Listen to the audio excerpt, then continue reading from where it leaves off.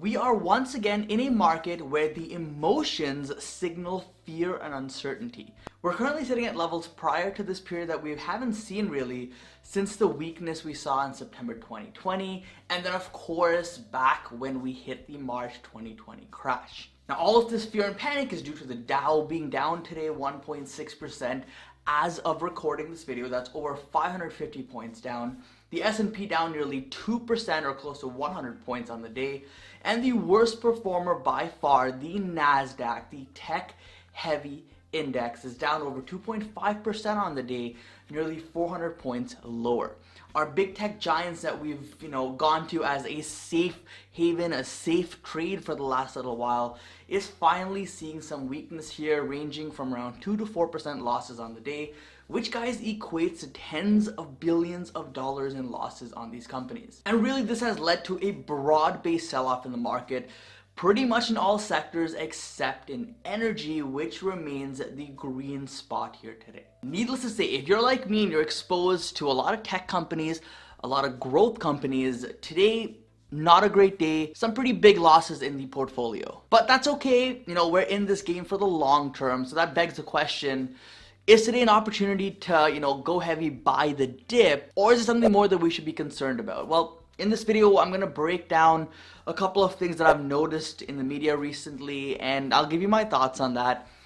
And we'll conclude at the end of it that yes, this is a buy the dip opportunity, but let me explain why. So what really could be driving this sell-off? Let's take a few minutes here to understand that. Over the last few weeks, we've heard in the media and on most YouTube channels about this Evergrande crisis and how it could lead to another Lehman Brothers moment. Now you'll notice if you follow my channel, I did not cover this topic, and that was by choice because I felt that it was just too overblown. Everyone was talking about it.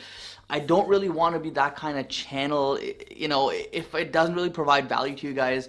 And I felt that those views that were created were just to generate a lot of fear and a lot of panic out there, when us as content creators, as influencers, we should be doing the opposite and trying to be a voice of reason amongst all of the noise out there. So I don't want to sacrifice, your possible gains and your sanity in the market for views on this channel. It's just not worth it. Now during this time, Chinese tech and internet stocks have seen the worst performance in a long time, and this led to a lot of fear for anyone exposed to companies like Alibaba, Tencent, JD, or a bunch of other big names. And during this time, I made videos on how I personally was buying Alibaba, and to this day, guys, I do hold shares in this company, I hold options in this company, and I consistently add to my position here. Now the reason I bring up this whole Evergrande situation right now is because I noticed today when, you go to CNBC or whatever, Evergrande is nowhere to be seen. Here's CNBC's homepage, there's no mention of it anywhere,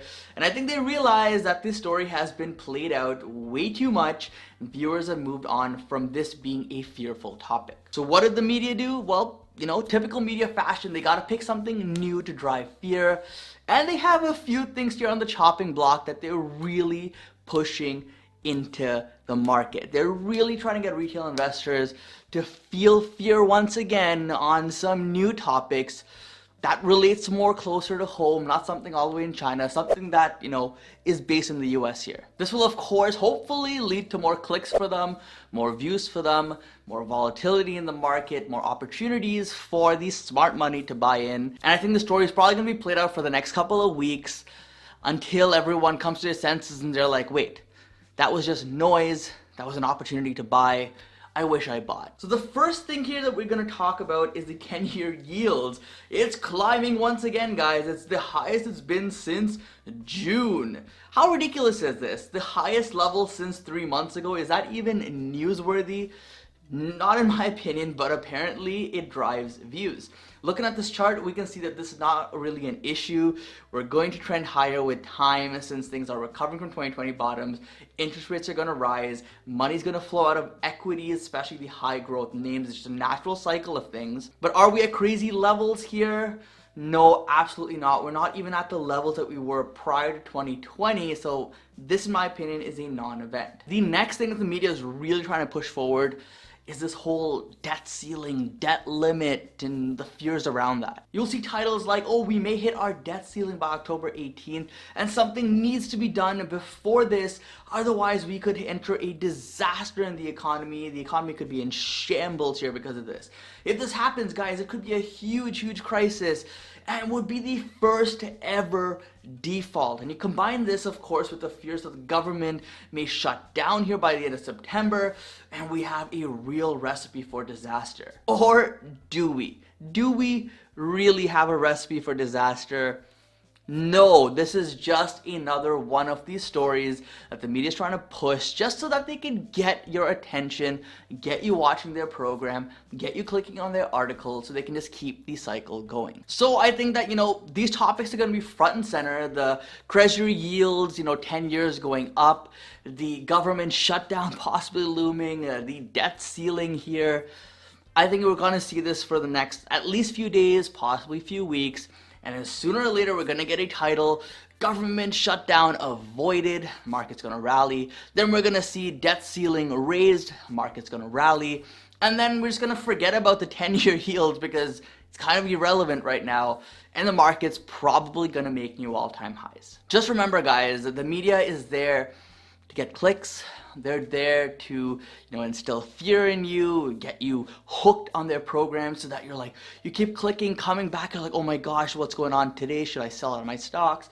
And they're always going to be like, oh yeah, this is the top, and market keeps making new all-time highs. So try to be rational here with these things, because over the long term, that's what you need to have to be a successful investor. Now, I've been in the market for quite a few years so far, and I've seen cycles like this happen time and time again. We have periods where it's just kind of quiet, which it was a few months ago. Things were just chugging along higher, new all-time highs. Everything looks good. And then all of a sudden, bam, we get a huge amount of bad news. There's multiple things to focus on, multiple things that could go wrong, and the market reacts accordingly. It sells off, there's fear, and then dip buyers come in, the smart money comes in, they buy it up at the bottom, and we make new highs. It happens time and time again, and I think this time is probably going to be the exact same result. Just remember that if you follow the media and you sell when they say to sell, you would have missed out on the biggest bull run ever. And you have no one else to blame but I guess the media or yourself for not really thinking rationally when it comes to your investments. Remember, separate emotions from logical thinking and you will be successful. So really all this is to say that today I think the opportunity is to buy the dip, and that's exactly what I've been doing. Now guys, as of recording this video, the market has not closed yet, so I'm not really sure if we're going to rally into the close, dump into close, whatever it is.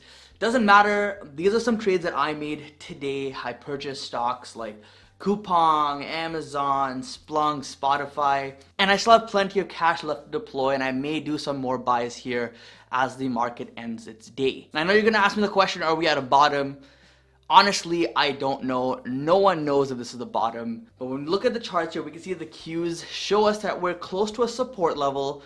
Sometimes that could be a bottom, oftentimes it is close to a bottom.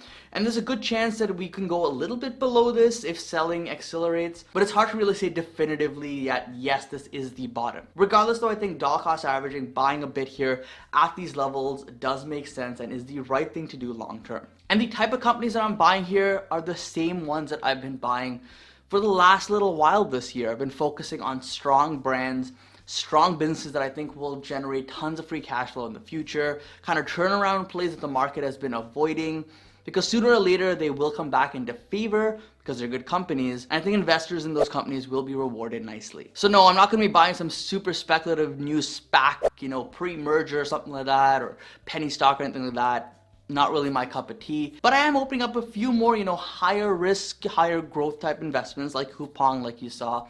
And I'll probably keep adding to these positions if we see suppressed prices. But the focus, guys, the focus for me are names like Amazon or names like Splunk, which I believe are incredible businesses with a proven track record. Anyways, guys, hope this video was valuable, and I hope it was a voice of reason here amongst all the noise out there and the fear and panic. If you found any value, hit the like button. Let me know in the comments down below as well. But either way, thank you so much for watching. Don't forget to invest positively. I'll see you in the next one. Peace.